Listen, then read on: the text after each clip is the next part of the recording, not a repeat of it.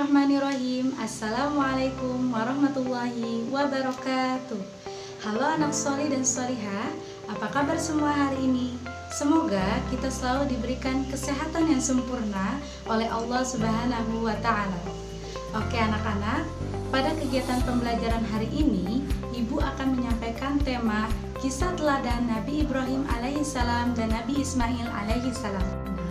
Anjuran berkurban dengan memotong hewan ternak bermula saat Nabi Ibrahim alaihissalam mendapatkan wahyu dari Allah Subhanahu wa Ta'ala melalui mimpinya.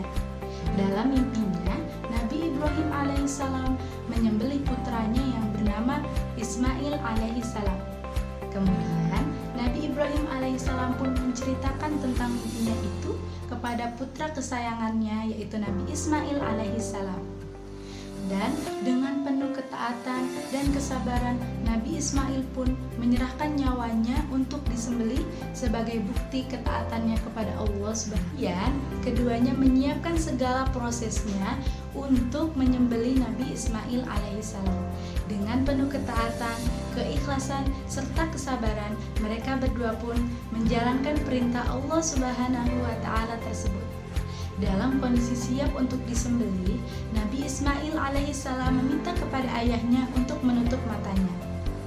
Tatkala pisau menempel di leher Nabi Ismail alaihissalam, Allah pun menurunkan firman bahwa ini adalah sebuah ujian keimanan. Maka Nabi Ismail alaihissalam digantikan dengan seekor kambing yang besar. Nah, anak-anak, inilah kisah tentang keteladanan Nabi Ibrahim dan Nabi Ismail alaihissalam. Ibu akan menayangkan video tentang kisah keteladanan Nabi Ibrahim dan Nabi Ismail alaihissalam. Kita saksikan bersama-sama ya.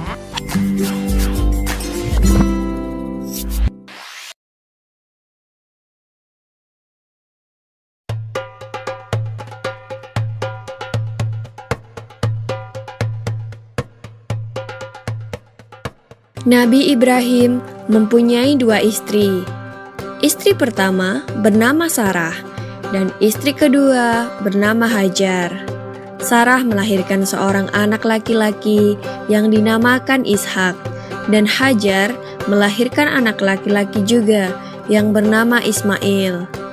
Sarah merasa kurang senang hidup bersama Hajar.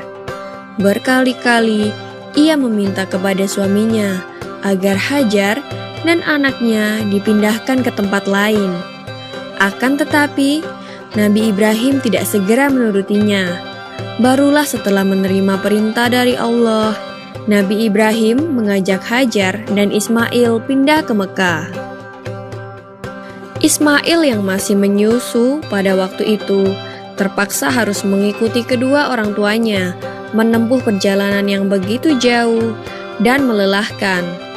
Hajar dan Ismail ditempatkan di daerah padang pasir yang tandus, sunyi, dan terik matahari yang menyengat kulit. Tak ada seorang pun di sana kecuali mereka berdua. Setelah beberapa tahun Nabi Ibrahim alaihissalam meninggalkan anak dan istrinya itu, ia pun merasa rindu. Beberapa kali ia mengirim utusan untuk melihat keadaan anak dan istrinya itu. Dan ketika utusannya mengatakan bahwa anak dan istrinya dalam keadaan yang baik-baik saja, Nabi Ibrahim pun merasa lega.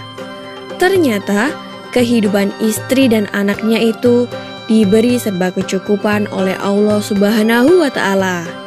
Hajar dan Ismail dianggap sebagai pemilik dan pemimpin di Mekah, karena mereka berdualah yang pertama kali menetap dan bertempat tinggal di sana. Demikianlah Nabi Ibrahim tidak dapat menahan kerinduannya. Ia pun berangkat ke Mekah dan bertemu dengan Hajar dan Ismail di padang Arafah. Anak dan istrinya itu sedang menggembalakan hewan ternak yang cukup banyak. Dalam perjalanan pulang ke Mekah, setelah menggembalakan ternak, mereka beristirahat di Musdalifah karena kelelahan dan akhirnya tertidur. Dalam tidurnya yang sebentar itu, Nabi Ibrahim alaihissalam mendapat wahyu. Demikian kisah Nabi Ibrahim alaihissalam. Semoga kisah ini dapat mempertebal iman kita kepada Allah Subhanahu wa Ta'ala. Amin ya robbal alamin.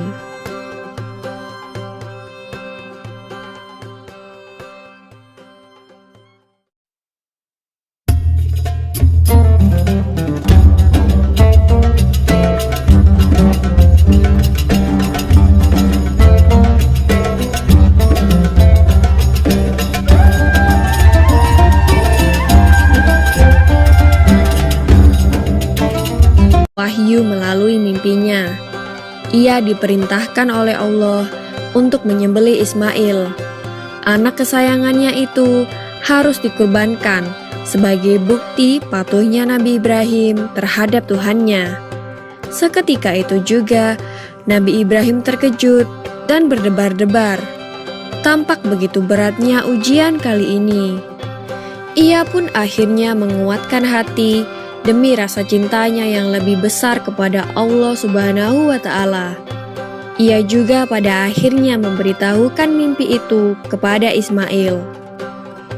"Wahai anakku Ismail, dalam mimpi aku diperintahkan oleh Allah untuk menyerahkanmu sebagai kurban, dan aku harus menyembelihmu. Bagaimana pendapatmu, wahai anakku?" kata Nabi Ibrahim. Ismail pun menjawab, "Wahai ayah, sekiranya itu perintah Allah, maka laksanakanlah apa yang telah diperintahkannya kepadamu. Aku akan tetap sabar dan ikhlas menerima cobaan ini." Dikisahkan iblis berusaha merintangi perintah Allah kepada Nabi Ibrahim. Berkali-kali iblis membujuk Nabi Ibrahim agar tidak melaksanakan perintah itu. Namun Nabi Ibrahim tetap melaksanakan perintah Allah, dan godaan iblis yang begitu dahsyatnya tak akan mampu meruntuhkan ketaatan Nabi Ibrahim kepada Allah. Nabi Ibrahim membawa Ismail ke atas bukit. Di sana Ismail mengenakan kain penutup mata, dan pedang tajam pun sudah dipersiapkan. Ketika pedang itu sudah berada di leher Ismail, tiba-tiba tubuh Ismail pun diganti dengan seekor kambing yang gemuk oleh malaikat Jibril. Dengan demikian, selamatlah Ismail dari penyembelihan. Allah Subhanahu wa Ta'ala berfirman kepada Nabi Ibrahim, "Hai Ibrahim, kau sudah melaksanakan perintahku dengan ikhlas. Sebagai gantinya, aku berikan binatang ternak untuk disembelih. Ini adalah cobaan besar bagimu." Peristiwa itu terjadi pada tanggal 10 Dzulhijjah di Mina, dan sampai sekarang dirayakan seluruh umat muslim sebagai hari raya Idul Adha. Dan umat Islam yang melaksanakan ibadah haji juga dapat melakukan kurban di Mina. Setelah kita saksikan video kisah keteladanan Nabi Ibrahim alaihissalam dan Nabi Ismail alaihissalam, adakah hikmah yang dapat kita ambil dari kisah teladan tersebut? Wah, hebat! Jadi, di antara hikmah yang dapat kita ambil dari kisah keteladanan tersebut adalah: pertama, kecintaan kita kepada Allah Subhanahu wa Ta'ala haruslah lebih tinggi daripada kecintaan kita kepada anak dan istri. Yang kedua, ada kalanya seorang muslim diberi ujian yang berat untuk meningkatkan kadar keimanannya. Yang ketiga, kita harus selalu patuh terhadap perintah orang tua selama hal itu dalam kebaikan. Dan yang keempat, kita harus melaksanakan ibadah kurban bagi yang mampu sebagai bukti ketaatan kita kepada Allah Subhanahu wa Ta'ala. Itulah hikmah yang dapat kita ambil dari kisah keteladanan Nabi Ibrahim dan Nabi Ismail alaihissalam. Semoga kita semua dapat menjalankan hikmah tersebut dalam kehidupan sehari-hari kita. Cukup sekian materi pembelajaran kita pada hari ini. Semoga apa yang Ibu sampaikan dapat bermanfaat untuk kita semua. Kurang dan lebihnya mohon maaf. Wassalamualaikum warahmatullahi wabarakatuh.